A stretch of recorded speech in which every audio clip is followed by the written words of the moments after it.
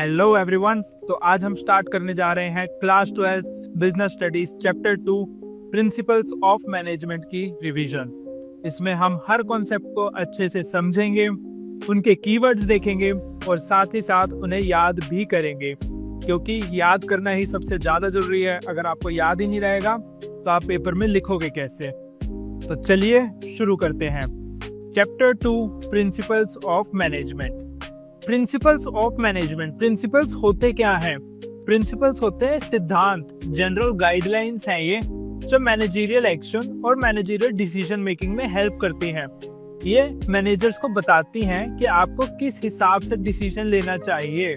जैसे राजा के अलग अलग मंत्री होते हैं ना, जो उन्हें सलाह देते हैं, वैसे ये प्रिंसिपल्स ऑफ मैनेजमेंट हैं जो मैनेजर्स को सलाह देते हैं कि आपको कैसे कैसे डिसीजन लेने चाहिए। अब देखते हैं इनके क्या क्या फीचर्स हैं। फर्स्ट आता है यूनिवर्सल एप्लीकेबिलिटी। यूनिवर्सल एप्लीकेबिलिटी मतलब परवेजिव, चाहे छोटी कंपनी हो या बड़ी कंपनी हो, हर जगह ये प्रिंसिपल्स अप्लाई होते हैं। Second contingent. कॉन्टिंजेंट मतलब ये अलग अलग सिचुएशन में अलग अलग प्रिंसिपल लगेंगे। ऐसा नहीं होगा कि एक ही प्रिंसिपल हर जगह लग जाएगा। अगर सेम सिचुएशन हुई तो चाहे कंपनी बड़ी हो या छोटी हो, प्रिंसिपल वो वाला लग जाएगा, क्योंकि यूनिवर्सल एप्लीकेबिलिटी है। लेकिन ये कॉन्टिंजेंट भी है कि मतलब अलग अलग सिचुएशन में अलग अलग प्रिंसिपल लगेगा। Third is general guideline. ये आपको रेडीमेड सॉल्यूशन नहीं देते कि हाँ आपको ये हो रहा है तो ऐसे ही करना है। ये आपको सजेशन देते हैं कि आपको ऐसा करना चाहिए, अब आपको ऐसे अप्लाई करनी चाहिए ये चीजें। अब आप अपनी कंपनी में अपनी सिचुएशन को देखकर उसे उस हिसाब से अप्लाई करोगे, एज इट इज अप्लाई नहीं करोगे। Formed by practice and experimentation. ऐसा नहीं हुआ कि एक बार रातों रात ये प्रिंसिपल बन गए। Not developed overnight. इस पे बहुत ज्यादा प्रैक्टिस करी गई है, बहुत ज्यादा एक्सपेरिमेंट करा गया। ये प्रिंसिपल अलग अलग फैक्ट्री में अलग अलग लोगों के ऊपर लगाकर फिर ऑब्जर्व किया गया कि हम ऐसे कर रहे हैं तो ऐसा हमें रिजल्ट मिल रहा है। उसके बेसिस पर प्रिंसिपल बनाया गया। सालों साल की मेहनत है ये। उसके बाद आता है flexible. It can be changed and modified. जो प्रिंसिपल्स है ना, जरूरी नहीं है कि आपको अगर ऐसा लिखा हुआ है तो एज इट इज लगाना है। उसको आप अपने हिसाब से थोड़ा बहुत चेंज भी कर सकते हो। जैसे हमने स्टार्टिंग में पढ़ा था कि जनरल गाइडलाइंस है। जनरल गाइडलाइंस है, स्पेसिफिक गाइडलाइंस नहीं है। ये जनरल गाइडलाइंस है, इसको आप थोड़ा बहुत अपने हिसाब से चेंज करके अप्लाई कर सकते हो। Cause and effect relationship. Cause and effect मतलब आप ऐसा करोगे तो ऐसा होगा, तो ये कॉज हो गया कि ऐसा करोगे, इफेक्ट उसका रिजल्ट ये आएगा, cause and effect relationship. Mainly behavioural, mould behaviour of employees. ये एम्प्लॉयज के बिहेवियर पर डिपेंड करते हैं। उसके बाद आता है इम्पोर्टेंस और सिग्निफिकेंस ऑफ मैनेजमेंट। इनकी इम्पोर्टेंस क्या है? Providing managers with useful insight into reality. Reality के अंदर ये थोड़ा बहुत इंसाइट बता देता है। ये जनरल गाइडलाइंस है कि आपको इस सिचुएशन में ऐसा करना चाहिए, तो रियलिटी में जो चल रहा होता है ना, उसके हिसाब से मैनेजमेंट को थोड़ी गाइडेंस मिल जाती है कि मेरे को इस सिचुएशन में ऐसे करना चाहिए। Optimum utilisation of resources and effective administration. Principles of management आपको हेल्प करते हैं कि आप अपने रिसोर्सेज का अच्छे से अच्छा यूटिलाइजेशन कर सकें और अच्छी से अच्छी एडमिनिस्ट्रेशन कर सकें, अच्छे से अच्छे लोगों को संभाल सकें, अच्छे से अच्छे तरीके से काम करा सकें उन्हें। साइंटिफिक डिसीजंस, ये साइंटिफिक प्रिंसिपल्स भी हैं इसमें। साइंटिफिक स्टडीज, जो साइंटिफिक क्या होता है, जो अलग अलग स्टडी के बेसिस पर एक लॉ बना दिया जाता है, उसी तरीके से इसमें भी अलग अलग स्टडीज के बेसिस पर प्रिंसिपल्स बना दिए गए हैं। Scientific decisions. Fulfilling social responsibility. Social responsibility क्या होती है? सोसाइटी की हेल्प करना, सोसाइटी के लिए अच्छा काम करना। तो इन प्रिंसिपल्स के बेसिस पर हम अपनी सोशल रिस्पॉन्सिबिलिटी भी करते हैं। Meeting changing environment requirements. जो इन्वायरमेंट में हमारे चेंजेस होते रहते हैं। इन्वायरमेंट यहाँ पर बिजनेस इन्वायरमेंट की बात हो रही है। जो बिजनेस एनवायरनमेंट में हमारे चेंजेस होते रहते हैं, तो उनमें हेल्प करता है कि हमें उस सिचुएशन में क्या कैसे चीज करनी चाहिए। ये हमें गाइडेंस प्रोवाइड करते हैं। Management training, education and research. Management training, ये मैनेजर्स को ट्रेनिंग देते हैं, उनको एजुकेशन देते हैं कि आपको इस सिचुएशन में ऐसे ऐसे बिहेव करना चाहिए, इस सिचुएशन में ऐसे ऐसे डिसीजंस लेने चाहिए। ताकि आपकी ऑर्गेनाइजेशन अच्छे से ग्रो कर सके। Yep, quick. I always keep your as on my top priority. You should always do it. वरना बताने की जरूरत तो नहीं है ना कि मैं क्या कर सकती हूँ। ओ, तो जानवी मोहित के साथ कुछ बुरा कर सकती है, तभी मोहित ने अपने प्रिंसिपल बना रखा है जानवी के एसएमएस को टॉप पर रखने का। मतलब यहाँ पर बात हो रही है significance of principles of management की, और इसका न्यूमोनिक हुआ एसएमएस टॉप, जिसमें एस से हुआ साइंटिफिक डिसीजंस, एम से meeting changing environmental requirements, S से सोशल रिस्पॉन्सिबिलिटी, टी से ट्रेनिंग एजुकेशन एंड रिसर्च, ओ से ऑप्टिमम यूटिलाइजेशन ऑफ रिसोर्सेज, और पी से providing managers with useful insights into reality. तो अब नेक्स्ट चलते हैं प्रिंसिपल्स देखने पे। पहले आते हैं फेयोल के principles of management by Fayol. Fayol ने 14 प्रिंसिपल्स बनाए मैनेजमेंट के। अब हम इन सबको समझेंगे एक एक करके, और आपको डरने की जरूरत नहीं है कि 14 है, याद कैसे होंगे। ये सारे के सारे 14 प्रिंसिपल्स को मैं आपको एक निमोनिक के थ्रू याद भी करा दूंगा। उससे पहले हम समझते हैं एक एक करके सारे प्रिंसिपल्स को। फर्स्ट आता है division of work. Work is divided into small task. एक ऑर्गेनाइजेशन में बहुत सारे काम होते हैं और बहुत बड़े बड़े काम होते हैं, तो उनको छोटे छोटे टास्क में डिवाइड कर कर सारे एम्प्लॉयज को दे दिया जाता है, ताकि किसी को भी बर्डन ना लगे कि हम इतना बड़ा टास्क करने चाह रहे हैं। और सारे के सारे टास्क के लिए हर एक ट्रेन स्पेशलाइज्ड, जो उस टास्क के लिए स्पेशलाइज्ड, जो एक्सपर्ट बंदा है, उन्हें दे दिया जाता है ताकि काम अच्छे से हो। Division of work leads to specialisation. कैसे? हर छोटे छोटे काम को करने के लिए एक एक्सपर्ट स्पेशलाइज्ड पर्सन को दिया जाता है। इस उससे division of work leads to specialisation. Division of work से स्पेशलाइजेशन होती है। उसके बाद नेक्स्ट आता है authority and responsibility. Match, parity, equality and balance between authority and responsibility. जिस बंदे को जितनी अथॉरिटी मिले उस हिसाब से उतनी रिस्पॉन्सिबिलिटी भी मिले। ऐसा नहीं है कि आप बंदे को रिस्पॉन्सिबिलिटी तो ज्यादा दे रहे हो, काम तो ज्यादा दे रहे हो, लेकिन उस बंदे को उतना काम करने की अथॉरिटी ही नहीं है, तो वो काम करेगा कैसे? और अगर आपने अथॉरिटी ज्यादा दे दी, रिस्पॉन्सिबिलिटी कम थी, तो अथॉरिटी का गलत यूज होगा, क्योंकि उसके पास उतना काम करने की रिस्पॉन्सिबिलिटी ही नहीं है। Allocation of authority as per work assigned to individual. जितना काम दो उतनी अथॉरिटी भी दो। Giving authority matching to target और responsibility of employees. Authority must be equal to responsibility. इन सबका एक ही मतलब होता है। उसके बाद अगला आता है discipline. Framing of rules and regulations. Organisation में रूल्स एंड रेगुलेशन बनाओ ताकि सारे के सारे एम्प्लॉयज डिसिप्लिन में रहें। Following a code of conduct. Meeting commitment promises by subordinates as well as superior.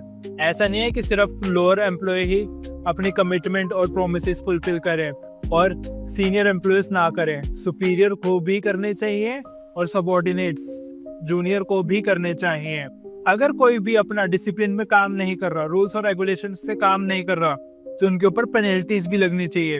अगर पेनल्टीज लगेंगी, पैसे और उन्हें भरने पड़ेंगे, तो सबके सब रूल्स और रेगुलेशन में काम करना पड़े, इस डर से कि हमें पैसे ना भरने पड़ जाए। इसके बाद आता है unity of command. Unity of command मतलब आपको एक बॉस से ही ऑर्डर मिले। अगर जूनियर को अलग अलग बॉस से ऑर्डर मिलने लगेगा तो वो तो बहाना बनाता रहेगा कि मेरे को इस बॉस से ऑर्डर मिल गया था इसलिए मैं आपका काम नहीं कर पाया, और इस वाले बॉस को ये बोल देगा कि मेरे को दूसरे बॉस से ऑर्डर मिल गया था इसलिए मैं आपका काम नहीं कर पाया। तो वो अगर जितने ज्यादा बंदों से ऑर्डर मिलेगा वो तो काम कुछ भी नहीं करेगा, हमेशा दूसरों को बहाना बनाता रहेगा कि मेरे को दूसरे ने काम दे दिया था इसलिए मैं आपका काम नहीं कर पाया। इसलिए फ्रॉम वन बॉस ओनली, एक ही बॉस से उसे ऑर्डर मिलना चाहिए। अगर एक से ज्यादा मिलेगा तो वो सबऑर्डिनेट्स को कंफ्यूज कर देगा। ये आपके सारे कीवर्ड्स हैं। इसके बाद नेक्स्ट आता है यूनिटी ऑफ डायरेक्शन। एक ही डायरेक्शन में काम करना है सबको। ऐसा नहीं होगा कि आप अलग अलग काम करने में लगे हो, कभी इस तरफ काम करने लगे कभी दूसरी तरफ काम करने लग गए, तो इसमें आपकी प्रोडक्टिविटी नहीं निकलेगी। इसलिए एक ही तरफ काम करना है, एक ही काम अच्छे से करना है। Efforts of all employees must be directed towards one goal. एक गोल की तरफ ही सबको काम करना है। Unification of efforts towards one direction. Base of coordination concept and remove overlapping of activities. अगर आप अलग अलग काम करते रहोगे तो हो सकता है कि दूसरा बंदा भी वही काम कर रहा हो और दो बंदे एक ही काम कर लें, तो आपकी प्रोडक्टिविटी तो कुछ भी नहीं निकलेगी। तो इसलिए ओवरलैपिंग ऑफ एक्टिविटी भी बचाता है ये। इसके बाद आता है subordination of individual interest to general interest. Employees को अपने से ज्यादा ऑर्गेनाइजेशन के बारे में सोचना चाहिए। अपनी जरूरतों से ज्यादा ऑर्गेनाइजेशन की जरूरतों के बारे में सोचना चाहिए।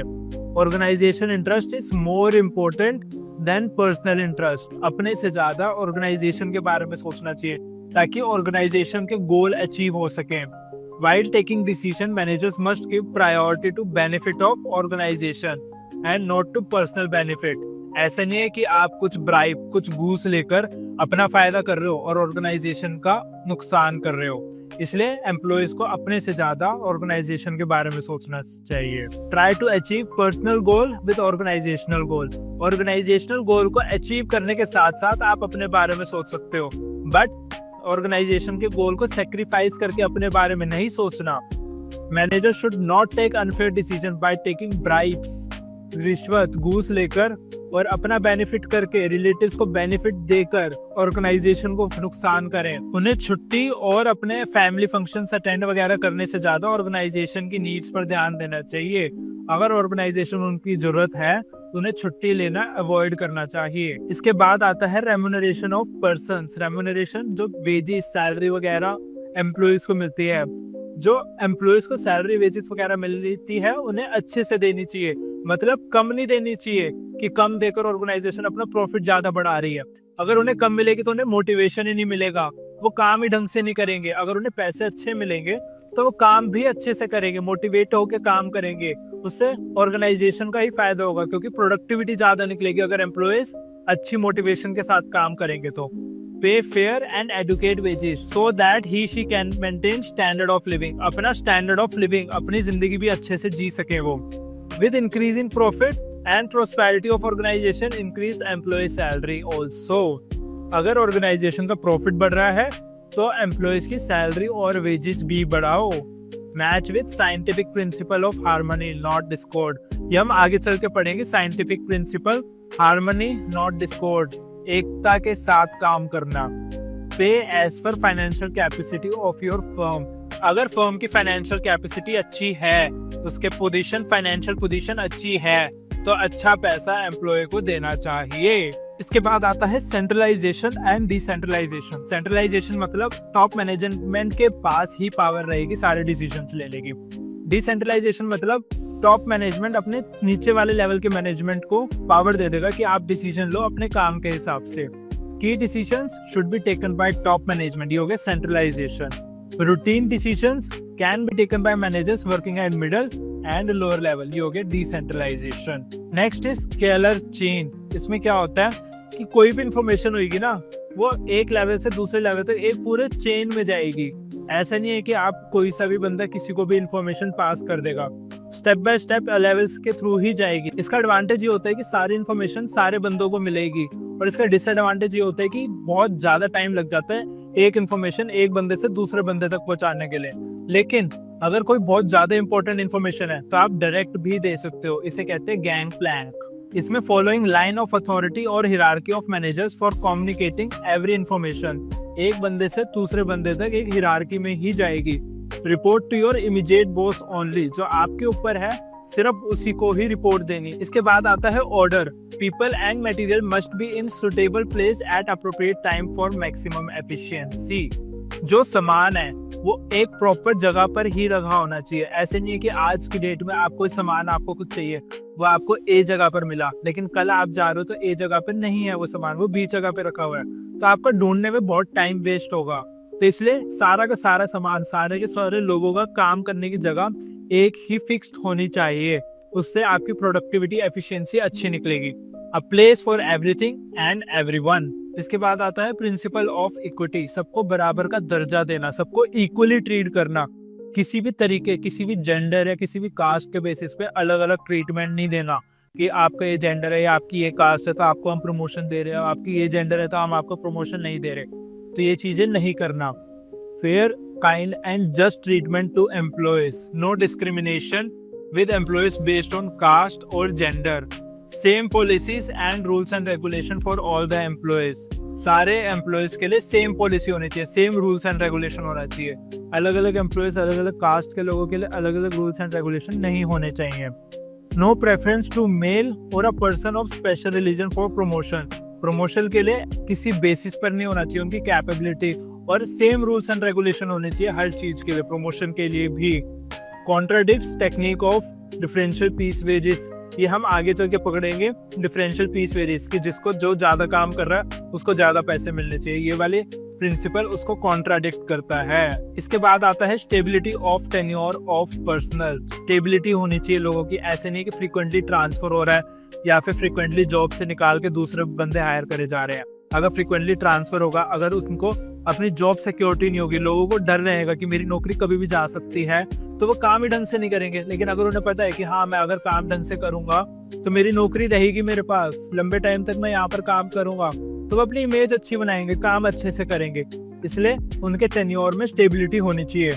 नो फ्रीक्वेंट ट्रांसफर और termination, giving a minimum time to employees to settle down. अगर नया नया बंदा आया है तो उसे थोड़ा टाइम देना चाहिए, उसको काम सीखने के लिए, उनको सारी चीजें समझने के लिए थोड़ा सा टाइम मिलना चाहिए। प्रोवाइडिंग जॉब सिक्योरिटी, एम्प्लॉयज को जॉब सिक्योरिटी होनी चाहिए, तभी वो काम मोटिवेशन के साथ करेंगे। इसके बाद आता है इनिशिएटिव।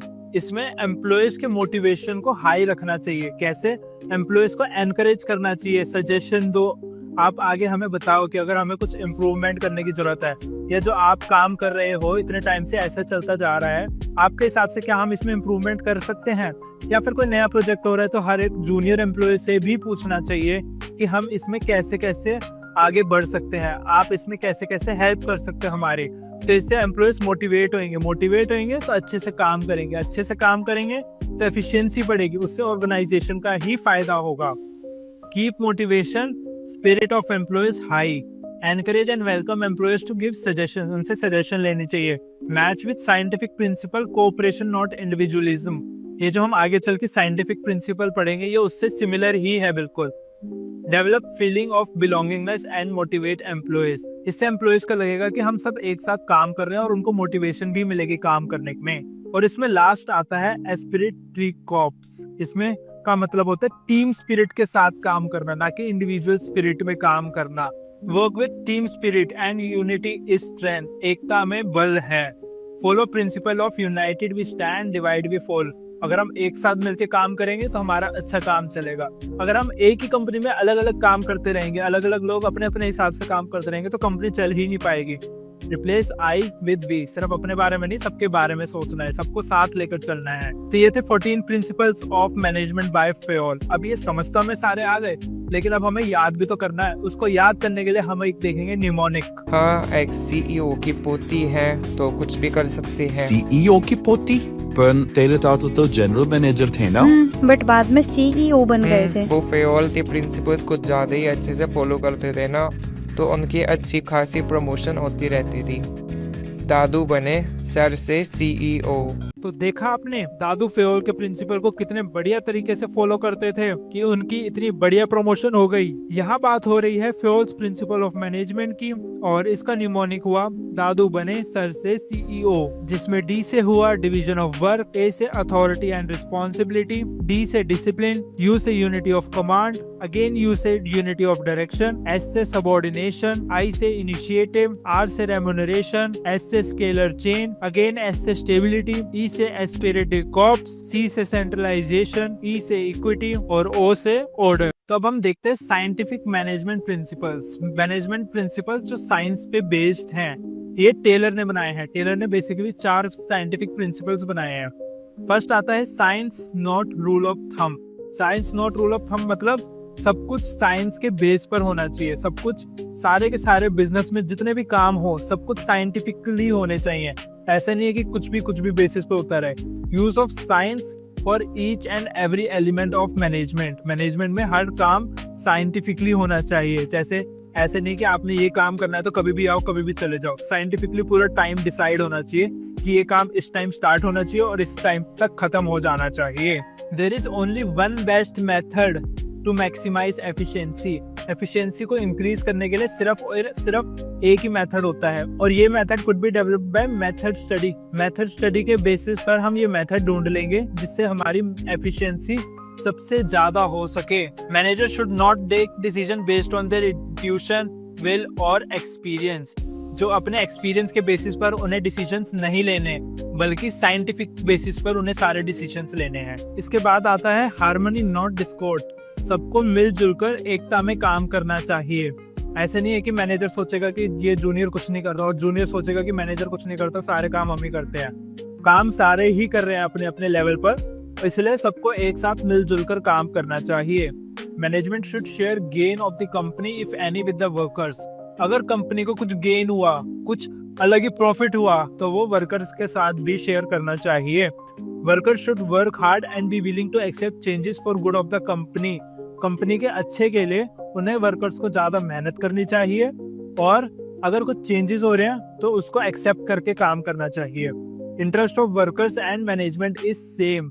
मैनेजमेंट और वर्कर्स का इंटरेस्ट सेम है। ये सारे के सारे कीवर्ड्स हैं जो आपको समझने हैं, समझकर याद करने हैं, ताकि आपको पता चल सके कि कौन से वाले प्रिंसिपल की बात हो रही है।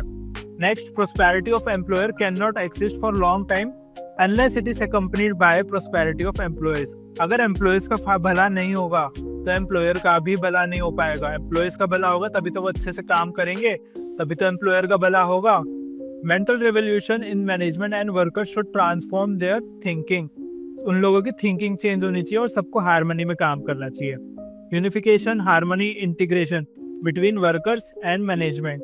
Matching to principle of remuneration. Guys, अभी हमने रेम्यूनरेशन का प्रिंसिपल पढ़ा था, उसमें हमने पढ़ा था ना कि अगर ऑर्गेनाइजेशन को फायदा हो रहा है, ऑर्गेनाइजेशन को प्रॉफिट हो रहा है, तो वो एम्प्लॉयज को भी होना चाहिए। अगर ऑर्गेनाइजेशन को प्रॉफिट बढ़ रहा है तो एम्प्लॉयज के वेजेस और सैलरी भी बढ़नी चाहिए। तो ये सिमिलर हुआ प्रिंसिपल ऑफ रेम्यूनरेशन के। तो अब सबका क्वेश्चन आ रहा होगा कि अगर हमें ये कीवर्ड्स आए तो हमें कौन सा लिखना है, प्रिंसिपल ऑफ रेम्यूनरेशन या फिर हार्मनी नॉट डिस्कॉर्ड। क्वेश्चन में लिखा होगा कि आपको साइंटिफिक प्रिंसिपल लिखना है या फिर जनरल प्रिंसिपल लिखना है। अगर साइंटिफिक प्रिंसिपल लिखना है तो उसमें आएगा harmony not Discord.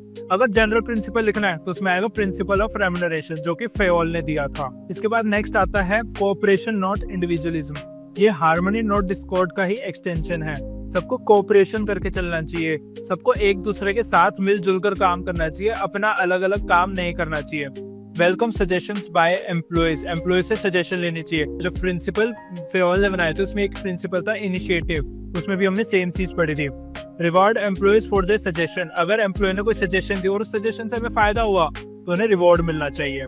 There should be open communication and no need for trade union. Communication open होनी चाहिए, सबको एक दूसरे से मिलजुल कर बात करनी चाहिए और ट्रेड यूनियन वगैरह की धमकी नहीं देनी। Paternalistic style of management. Equal division of work and responsibility between workers and management. Worker और मैनेजमेंट के ऊपर इक्वल रिस्पॉन्सिबिलिटी होनी चाहिए। Management should work side by side with workers. Competition should be replaced by cooperation. सबको एक साथ cooperate काम करके चलना चाहिए, एक दूसरे के साथ कंपटीशन नहीं करना। इसके बाद आता है development of workers to their greatest efficiency and prosperity. मतलब इसमें टेलर कह रहा है कि अगर एम्प्लॉयज का, अगर वर्कर्स का फायदा होगा, वर्कर्स अच्छे से काम करेंगे तो उससे ऑर्गेनाइजेशन का भी फायदा होगा, ऑर्गेनाइजेशन का भी प्रॉफिट होगा। Industrial efficiency depends to a large extent on personal competencies. Work assign should suit his और फिजिकल, मेंटल, इंटेलेक्चुअल कैपेबिलिटीज। तो ये थे साइंटिफिक मैनेजमेंट प्रिंसिपल्स जो कि टेलर ने बनाए। अभी ये प्रिंसिपल्स हमें समझ तो आ गए, लेकिन इन्हें याद भी तो करना है। तो अब हम इन्हें याद करेंगे अपने न्यूमोनिक के through. So these are the scientific principles that are developed by Taylor. Science leads to development by harmony and cooperation. तो टेलर की प्रिंसिपल्स की हेल्प से science leads to development by harmony and cooperation. मतलब यहाँ पर बात हो रही है principle of management developed by Taylor, और इसका न्यूमोनिक हुआ science leads to development by harmony and cooperation, जिसमें साइंस हुआ science not rule of thumb, development हुआ development of each and every person, harmony हुआ हार्मनी नॉट डिस्कॉर्ड, और cooperation हुआ cooperation not individualism. तो ये तो थे सारे के सारे साइंटिफिक मैनेजमेंट प्रिंसिपल्स। अब आते हैं techniques of scientific management by Taylor. Taylor ने कुछ टेक्निक्स बनाई है ताकि वो ये सारे के सारे प्रिंसिपल्स को यूज कर सके। तो पहला है फंक्शनल फोरमैनशिप। इसमें कहता है कि अलग अलग काम के लिए अलग अलग बंदों को हायर करो जो स्पेशलाइज्ड है। Appointment of specialised persons. Planning और एग्जीक्यूशन फंक्शन को सेपरेट कर दो। जो प्लानिंग का बंदा है वो प्लानिंग में ही काम करेगा, जो एग्जीक्यूशन का बंदा है वो एग्जीक्यूशन में ही काम करेगा। जैसे हमने स्टार्टिंग में पढ़ा था principle of division of work, जो अलग अलग बंदे स्पेशलाइज्ड पर्सन को देते हैं, तो ये उसी का एक्सटेंशन है एक तरीके से। लेकिन violation of unity of command है कि एक बॉस ही आगे के सारे को ऑर्डर देगा। तो ये यूनिटी ऑफ कमांड के वायलेशन हो जाता है इसमें। उसके बाद आता है standardisation and simplification of work. काम को जितना ज्यादा सिंप्लीफाई कर सकते हो ना, उतना ज्यादा सिंप्लीफाई करके चलो और एक स्टैंडर्ड बनाकर चलो। ऐसे नहीं कि आप अलग अलग काम करे जा रहे हो, अलग अलग तरीकों से काम करे जा रहे हो। एक तरीके से bring uniformity and setting a quality standard. एक तरीके से एक स्टैंडर्ड के साथ काम करो। सिलेक्शन ऑफ रॉ मटेरियल, मतलब बिल्कुल स्टार्टिंग से लेकर ही स्टैंडर्ड बना के चलो, बिल्कुल स्टार्टिंग से एंड तक सारे कामों में स्टैंडर्ड बना के चलो। अलाउस इंटरचेंजेबिलिटी, इसका एग्जांपल अगर मैं लूँ तो एक चार्जर अलग अलग मोबाइल चार्ज कर सकता है। जैसे आपका सी टाइप केबल वाला चार्जर है तो वो काफी सारे मोबाइल में लग सकता है, इंटरचेंजेबिलिटी हो सकती है। To reduce unnecessary line of product, एक अगर आप कोई प्रोडक्ट बनाने में अच्छे हो तो उसी से रिलेटेड एक या दो प्रोडक्ट बनाओ। ऐसे नहीं है कि आप 20-20, 25-25 प्रोडक्ट बना रहे हो, सिर्फ एक या दो प्रोडक्ट बनाओ और अच्छे से बनाओ। इसके बाद आता है फैटीग स्टडी। फैटीग स्टडी मतलब आपको रेस्ट इंटरवल्स, अगर कोई भी बंदा काम कर रहा है, कोई भी वर्कर काम कर रहा है तो वो काम कर करके थकेगा भी ना, तो इसलिए उन्हें रेस्ट देना है। और रेस्ट ऐसे नहीं कि कितना भी काम करके कुछ भी दे दो, ये बिल्कुल साइंस के बेसिस पर होना चाहिए। उसने इतनी देर काम कर लिया तो उसको इतनी देर का ब्रेक मिलना चाहिए। तो set number, frequency and duration of rest intervals. उसके बाद आता है मेथड स्टडी। मेथड स्टडी मतलब एक काम को करने के बहुत सारे मेथड हो सकते हैं, लेकिन उसमें से जो बेस्ट मेथड है उसको सेलेक्ट करना और उसके बेसिस पर ही काम करना ताकि आपकी एफिशिएंसी अच्छी सी आ सके। Finding the best way of doing job, one best method. Selection of method which minimises the cost and maximises the quality and satisfaction of customer. जो कस्टमर को सबसे ज्यादा खुश कर सके वो वाला मेथड यूज करो। Devising the concept of assembly line, याद रखना गाइस, अगर असेंबली लाइन की बात हो रही है तो वो मेथड स्टडी की बात हो रही है। केस स्टडी में ये आ सकता है। उसके बाद आता है टाइम स्टडी। टाइम स्टडी में हम ये देखते हैं कि कोई भी काम करने के लिए कितने टाइम की रिक्वायरमेंट है, ये काम इतने टाइम में हो जाना चाहिए, तो वो हम सेट करके रख देंगे। वर्कर्स को बता देंगे कि आप जो ये काम कर रहे हो ये इतने टाइम के अंदर अंदर हो जाना चाहिए। To find out standard time to perform a job, एक काम को करने के लिए कितने क्या स्टैंडर्ड टाइम हो सकता है। To set the standard target for workers, to determine number of workers to be employed, एक काम को करने में इतना टाइम लग रहा है तो उसमें कितने वर्कर्स को लगाना चाहिए कि आपका काम अच्छे से हो सके, टाइम पर खत्म हो सके। इसके बाद आता है मोशन स्टडी। मोशन स्टडी ये स्टडी करता है कि कोई भी बंदा कितना हिल जुल रहा है, कोई भी बंदा एक जगह से दूसरी जगह कितना जा रहा है और वो प्रोडक्टिव है या नॉन प्रोडक्टिव है। अगर नॉन प्रोडक्टिव है तो उसे हटाओ। To differentiate between movements of productive and non productive, to eliminate unproductive movements, to design equipments, tool, furniture which minimise unproductive movements. मतलब एक बंदा जहां पर बैठ के काम कर रहा है तो उसको उसके लिए जितने भी टूल्स की रिक्वायरमेंट है वो उसके आसपास ही अरेंज होने चाहिए। ऐसे नहीं कि अगर कोई टूल चाहिए तो वो दूसरी जगह जा रहा है और फिर लेकर वापस आ रहा है, तो आने जाने में जो टाइम वेस्ट हो रहा है उस टाइम को खत्म करने के लिए ये आता है मोशन स्टडी। उसके बाद आता है differential piece wage system. Piece wage system efficient और इनएफिशिएंट वर्कर को डिफरेंशिएट करता है। इसमें सिंपल सा ये होता है कि आप अगर काम अच्छा कर रहे हो, आप काम ज्यादा कर रहे हो, आप प्रोडक्शन ज्यादा कर रहे हो तो आपको वेजेस भी ज्यादा मिलेंगे। स्ट्रॉन्गेस्ट मोटिवेटर फॉर वर्कर, अगर उन्हें काम ज्यादा करने के, अच्छा करने के ज्यादा पैसे मिलेंगे तो वो ज्यादा काम करेंगे। ये एफिशिएंट और इनएफिशिएंट वर्कर्स में डिफरेंशिएट करता है। Violate principle of equity. Equity का प्रिंसिपल था ना कि सबको इक्वली ट्रीट करना है, सबको इक्वली वेजेस वगैरह देनी है, तो ये वो वाला प्रिंसिपल वायलेट करता है। Mental revolution changes the outlook of management and workers toward each other. Management बोलती है वर्कर को कि आप ज्यादा काम करो, वर्कर बोलता है कि आप ज्यादा वेजेस दो। तो अब सिंपल सा ये हो गया, मैनेजमेंट को अगर ज्यादा काम चाहिए तो ज्यादा वेजेस देगी और वर्कर को ज्यादा वेजेस चाहिए तो ज्यादा काम करेंगे, तो दोनों सेम उस पे आ गए, ज्यादा काम भी होगा और ज्यादा वेजेस भी मिल जाएंगे वर्कर को। तो ये थी टेलर की साइंटिफिक टेक्निक्स। अब ये टेक्निक्स हमें समझ तो आ गई लेकिन इन्हें याद भी तो करना ही है, तो इन्हें याद करेंगे हम अपने न्यूमोनिक के थ्रू। टेलर ने साइंटिफिक प्रिंसिपल बनाए तो सही, बट इसे उस टाइम पर साइंस सिखाई किसने? मेरे बाप ने सिखाई थी उसे। My sweet simple mother and father taught Taylor's different function. हाँ, तो देखा आपने, मोहित टेलर के साइंस की टेक्निकल नॉलेज के बारे में पूछ रहा था। मतलब बात हो रही है techniques of scientific management developed by Taylor, और इसका निमोनिक हुआ जिसने उसे सिखाई थी। My sweet simple mother and father taught Taylor's different function, जिसमें एम से हुआ मेथड स्टडी, इन दोनों एस से हुआ स्टैंडर्डाइजेशन एंड सिंप्लीफिकेशन, एम से मोशन स्टडी, एफ से फैटिग्यू स्टडी, टी से टाइम स्टडी, डिफरेंट के डी से डिफरेंशियल पीस वेज सिस्टम और फंक्शन के एफ से फंक्शनल फोरमैनशिप। अब प्रिंसिपल फेयोल ने भी बनाया और टेलर ने भी बनाया, तो उन दोनों में क्या डिफरेंस है? तो जो टेलर के प्रिंसिपल है वो ज्यादा ध्यान देते हैं वर्कर के एफिशिएंसी पर, और फेयोल के प्रिंसिपल ज्यादा ध्यान देते हैं मैनेजमेंट के एफिशिएंसी पर। टेलर अपने प्रिंसिपल बनाता है लोएस्ट लेवल की स्टडी कर कर, और फेयोल अपने प्रिंसिपल बनाता है हाईएस्ट लेवल की मैनेजर्स की स्टडी कर कर। टेलर ध्यान देता है स्टैंडर्डाइजेशन ऑफ वर्क पर, लेकिन फेयोल ध्यान देता है emphasis on function on managers, जो मैनेजर के काम होते हैं उन पर ध्यान देता है। टेलर का मेन फोकस रहता है वेस्टफुल मूवमेंट्स को हटाने में, वर्कर्स की एनर्जी सेव करने में, ताकि ज्यादा से ज्यादा प्रोडक्टिविटी हो सके। और फेयोल का मेन था development of principles for better management, जितनी ज्यादा अच्छी मैनेजमेंट हो सके उतना ज्यादा अच्छा काम होगा, उतना फेयोल का फोकस था। टेलर का मेन कंट्रीब्यूशन था development of scientific techniques, scientific principles बनाए उसने, और फेयोल का मेन कंट्रीब्यूशन था development of 14 principles of general management. इसने जनरल मैनेजमेंट के बनाए थे और इसने साइंस के बनाए थे, इसलिए इसको अगर देखा जाए तो यहाँ पर देखो फादर ऑफ साइंटिफिक मैनेजमेंट भी कहा जाता है, और फेयोल को फादर ऑफ जनरल मैनेजमेंट भी कहा जाता है। ये आपके एमसीक्यू में आ सकता है 1 मार्कर में कि फादर ऑफ जनरल मैनेजर कौन था? फेयोल। और फादर ऑफ साइंटिफिक मैनेजमेंट कौन था? टेलर।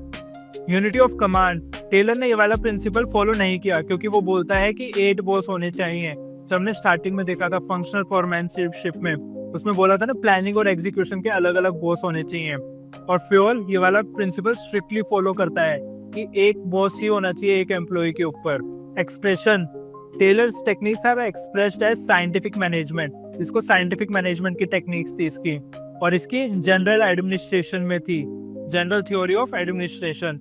एप्लीकेबिलिटी, जो टेलर के प्रिंसिपल्स थे वो स्पेशलाइज्ड सिचुएशन में अप्लाई होते थे, और जो फेयोल के प्रिंसिपल थे वो यूनिवर्सली अप्लाई होते थे, हर जगह अप्लाई, चाहे छोटी ऑर्गेनाइजेशन हो चाहे बड़ी ऑर्गेनाइजेशन हो, फेयोल के प्रिंसिपल हर जगह अप्लाई होते हैं। तो ये था हमारे चैप्टर 2 की रिवीजन। होप कि आपको सब कुछ समझ आ गया हो, सारे के सारे कीवर्ड्स आपको पता चल गए हो, जो कि आपकी केस स्टडी में बहुत हेल्प करेंगे, और तो और आपको सारे के सारे कीवर्ड्स भी याद हो गए हो हमारे न्यूमोनिक्स के थ्रू। जल्दी से चैनल को सब्सक्राइब करें ताकि आपको आगे के अपडेट्स मिलते रहें, और ये वीडियो अपने फ्रेंड्स के साथ भी शेयर करें ताकि उन्हें भी सारे कॉन्सेप्ट्स अच्छे से समझ आ सके, केस स्टडी के कीवर्ड्स पता चल सके, और सारे कीवर्ड्स अच्छे से याद भी हो सकें।